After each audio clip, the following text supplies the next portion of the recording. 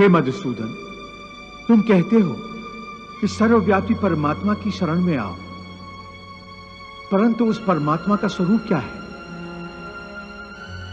मुझे अपना वो स्वरूप बताओ जिसकी पूजा की जाए, क्योंकि संसार में भिन्न भिन्न लोग भिन्न भिन्न देवताओं की पूजा करते हैं।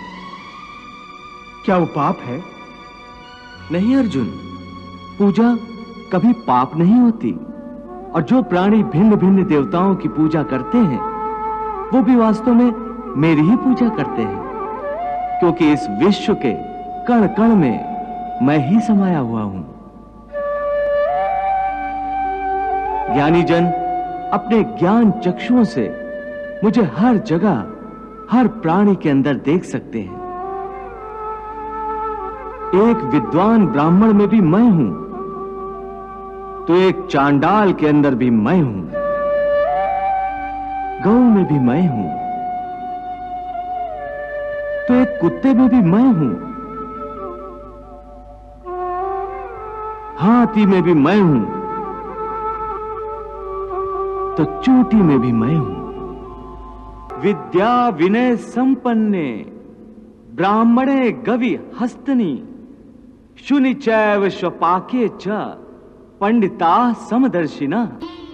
हे पार्थ, इसीलिए अपनी अपनी श्रद्धा के अनुसार प्राणी जिस जिस रूप में भी मेरी पूजा करते हैं वो मेरी ही पूजा करते हैं। इसलिए जो जो सकामी पुरुष जिस जिस देवता के स्वरूप को श्रद्धा से पूजना चाहते हैं, मैं उस भक्त की उस देवता के प्रति श्रद्धा को स्थिर कर देता हूं।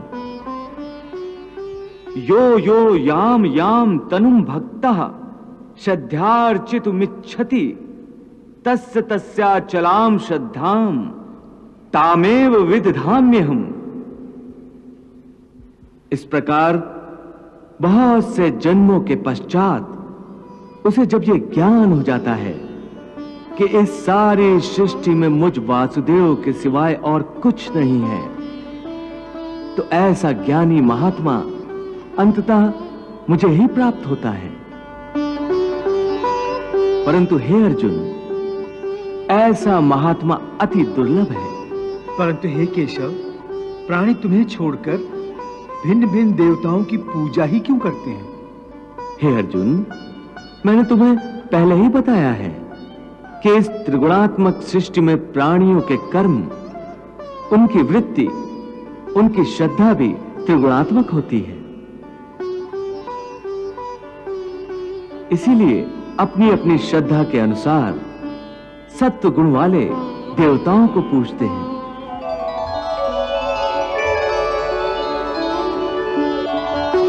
रजोगुण वाले यक्ष, गंधर्व आदि की पूजा करते हैं।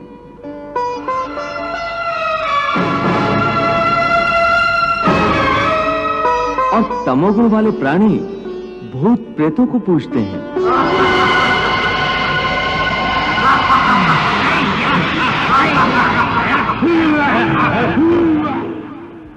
यजन्ते सात्विका देवान यक्ष रक्षांसि राजसा प्रेतान भूत गणाश्च चान्ये यजन्ते तामसा जना।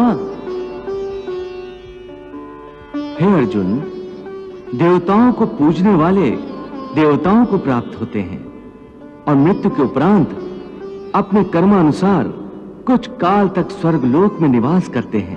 पितरों को पूजने वाले पितरों को प्राप्त होते हैं और पितृलोक में जाते हैं।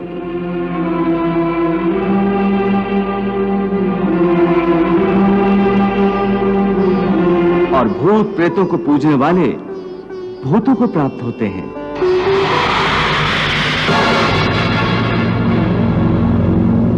और नए जन्म में उन्हें भूत प्रेतों की योनि मिलती है।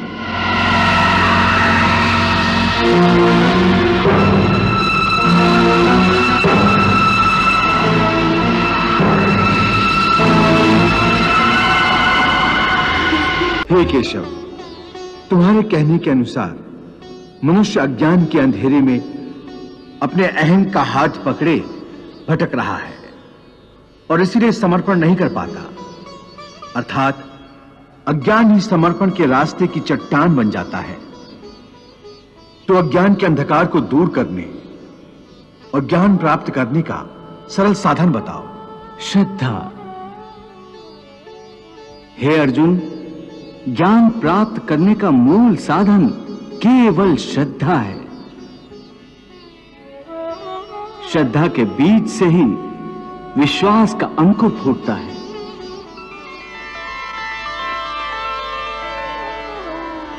और आस्था का पौधा लहलहाने लगता है।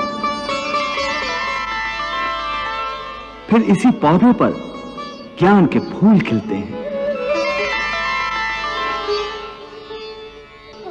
श्रद्धावान लभते ज्ञानम तत्परा संयतेन्द्रियः ज्ञानम लब्ध्वा पराम शांतिम अचिरेण अधिगच्छति।